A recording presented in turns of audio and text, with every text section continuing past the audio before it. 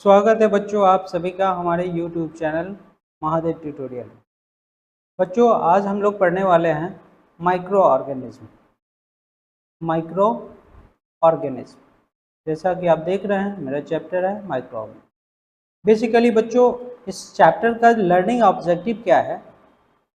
To help students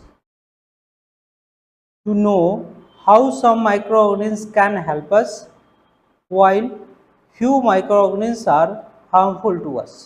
कुछ micro organism हम लोगों के लिए फ़ायदेमंद है और कुछ माइक्रो ऑर्गेनिज्म हम लोगों के लिए नुकसानदायक है। क्यों? सबसे पहले बात करते हैं बच्चों माइक्रो ऑर्गेनिज्म क्या होता है। माइक्रो ऑर्गेनिज्म क्या होता है? Micro organism are so small that can only be seen through a microscope. Microscope के द्वारा ही ऐसे ऑर्गेनिज्म को देखा जा सकता है, यानी कि नेकेड आई से हम लोग नहीं देख सकते। अब बच्चों आपसे पूछा जाए माइक्रो ऑर्गेनिज्म क्या है, तो वैसा ऑर्गेनिज्म जिसे हम लोग नेकेड आई से नहीं देख सकते। ठीक है, नेक्स्ट बात करेंगे बच्चों types of micro organism. Basically 5 type का माइक्रो ऑर्गेनिज्म होता है। फर्स्ट बात करें हम लोग बैक्टीरिया, सेकेंड बात करें एल्गी, थर्ड बात करेंगे प्रोटोजोआ, फिर वायरस और फिर फंगी। तो बेसिकली 5 टाइप्स का माइक्रो ऑर्गेनिज्म बच्चों हम लोग देखते हैं। अब हम लोग एक एक करके पांचों टाइप को पढ़ेंगे और समझेंगे क्या इसके बेनिफिट हैं और क्या इसके नुकसान। कुछ माइक्रो ऑर्गेनिज्म हम लोगों को नुकसान भी पहुंचाता है और कुछ माइक्रो ऑर्गेनिज्म हम लोगों को फायदा भी पहुंचाता है। सबसे पहले बात करते हैं बच्चों बैक्टीरिया। बैक्टीरिया शब्द एक प्लूरल शब्द है, जबकि इसका सिंगुलर फॉर्म होता है बैक्टीरियम। सिंगुलर बैक्टीरिया के सिंगुलर फॉर्म होता है बच्चों बैक्टीरियम, और बैक्टीरिया हम लोग प्लूरल को कहते हैं। Bacteria are found in 3 different shapes.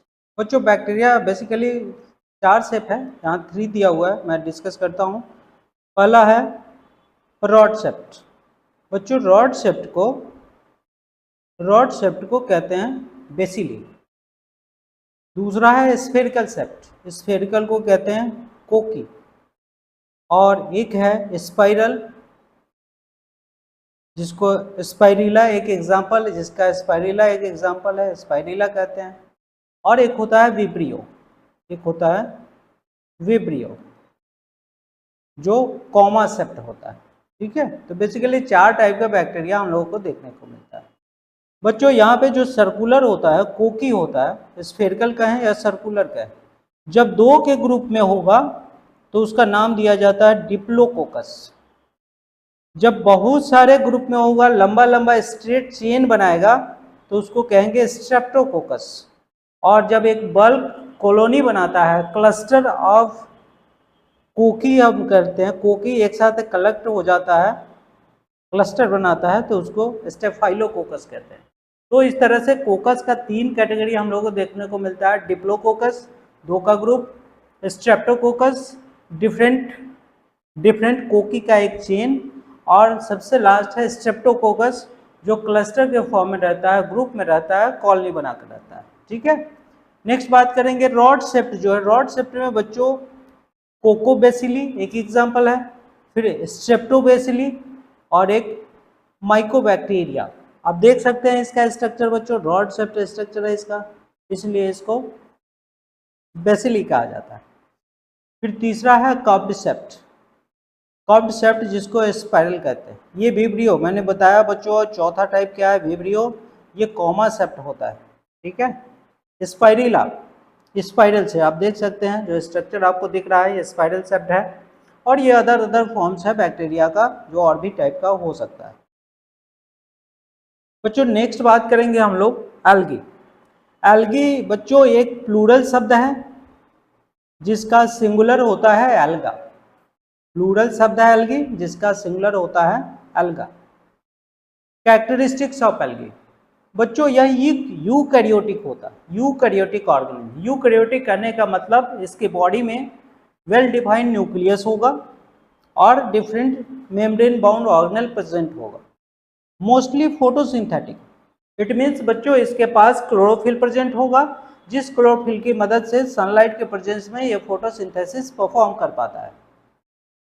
बच्चों ये मरीन हो सकता है, सी वाटर में हो सकता है, या फ्रेश वाटर में भी हो सकता है, या रिवर वगैरह पॉन्ड वगैरह में रह सकता है। मरीन की बात करें तो सी वाटर, और फ्रेश वाटर की बात करें तो रिवर पॉन्ड वगैरह वगैरह हो सकता है। बच्चों ये यूनिसेलुलर भी हो सकता है और मल्टी सेलुलर भी हो सकता है। एक एग्जाम्पल आपको दिख रहा है यहाँ पे, अगर हम लोग बात करें यूनिसेलुलर का, तो एक एग्जाम्पल आपको दिख रहा है बच्चों, ये क्लैमाइडोमोनास, तो ये यूनिसेलुलर कैटेगरी है। और बाकी बच्चों आप देख सकते हो, बाकी जो मल्टी सेलुलर कैटेगरी है, लैमिनेरिया है, फूकस है, ये फ्यूकस तो काफ़ी बड़ा होता है। और ये भी मोस्ट इंपॉर्टेंट है, आपके जानने लायक है, फिलामेंटस होता है, जिसको स्पाइरोगाइरा कहते हैं। ठीक है,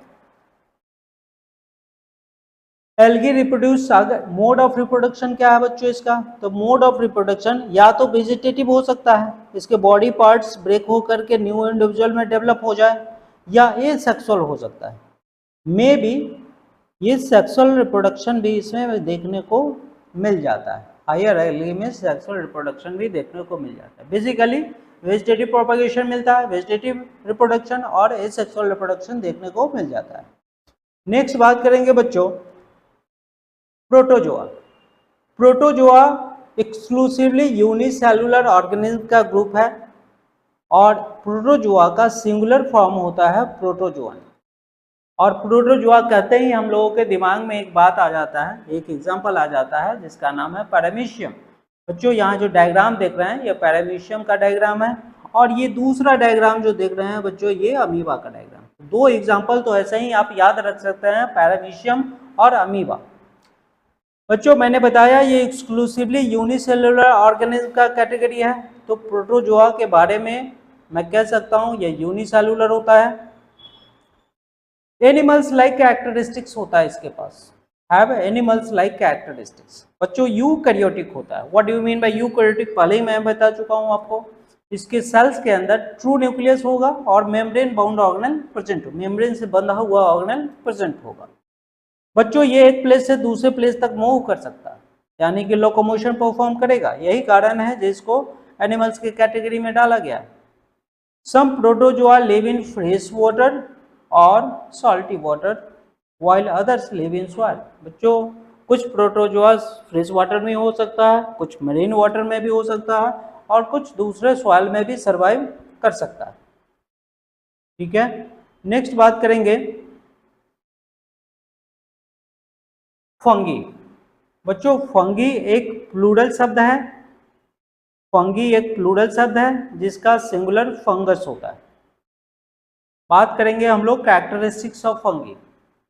fungi are plants like organism that do not contain chlorophyll. बच्चों इसमें क्लोरोफिल नहीं होता, क्लोरोफिल नहीं होगा तो फोटोसिंथेसिस परफॉर्म नहीं करेगा, फोटोसिंथेसिस नहीं परफॉर्म करेगा तो इसके फूड लेने का जो हैबिट है, न्यूट्रिशन, मोड ऑफ न्यूट्रिशन, ये सैप्रोफाइटिक होता है। Saprophytic means to say that an organism feed on dead and decaying matters.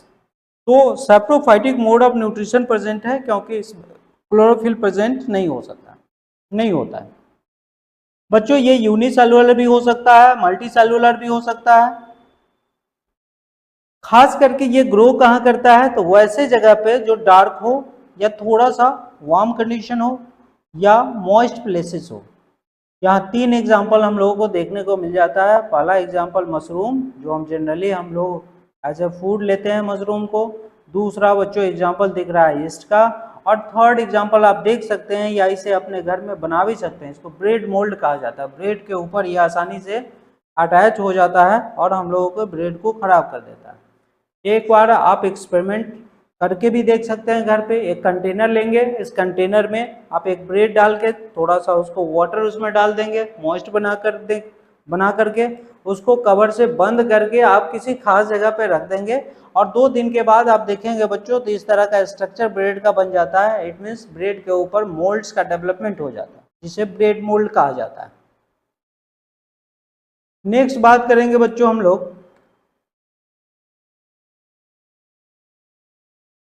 Unicellular organism. Unicellular तो बात कर लिए, अब बात करेंगे यूजफुल और हार्मफुल माइक्रो ऑर्गेनिज्म। बच्चों ऑर्गेनिज्म, माइक्रो ऑर्गेनिज्म की बात करें तो कुछ माइक्रो ऑर्गेनिज्म हम लोगों के लिए फायदेमंद भी है, यूजफुल भी है, और कुछ माइक्रो ऑर्गेनिज्म हम लोगों के लिए डेंजरस भी है, क्योंकि micro organism as a pathogen काम करता है और हम लोगों के बॉडी में डिजीज कॉज करता है।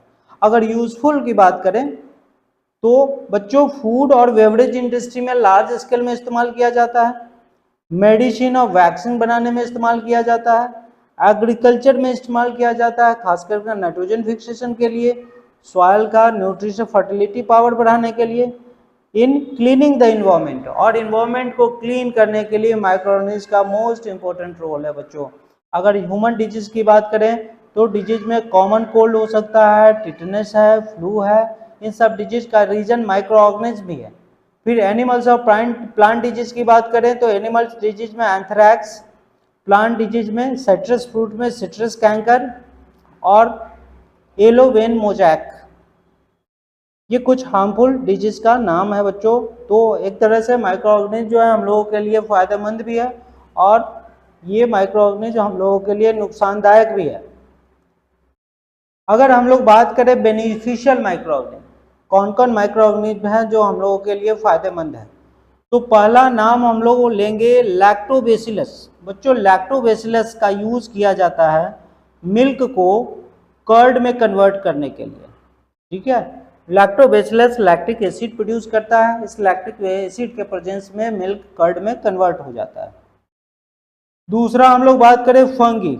बच्चों fungi as a edible form भी इस्तेमाल करते हैं मशरूम, और सोर्स ऑफ प्रोटीन भी माना जाता है। फंगी क्या है, सोर्स ऑफ प्रोटीन भी माना जाता है। एज अ मशरूम अगर हम लोग फूड लेते हैं तो बॉडी को सफिशिएंट अमाउंट ऑफ प्रोटीन मिलता है। फिर इसके बाद हम लोग ईस्ट की बात करें बच्चों तो ईस्ट ब्रेड बनाने में इस्तेमाल होता है, केक बनाने में इस्तेमाल होता है।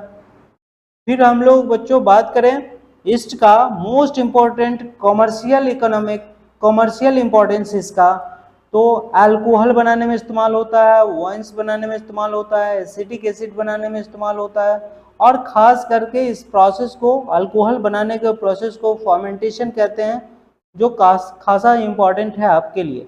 फर्मेंटेशन का क्या मतलब होता है बच्चों, तो fermentation means to see that conversion of glucose molecules into alcohol. और फर्मेंटेशन की बात करें, क्वेश्चन आपसे पूछा जा सकता है who discovered the process fermentation, तो बच्चों याद होना चाहिए आपको लुईस पास्चर 1857 में इसने डिस्कवरी किया था, ठीक है। आज के लिए बच्चों यहीं स्टॉप करते हैं, नेक्स्ट हम लोग बात करेंगे, तब तक के लिए थैंक यू।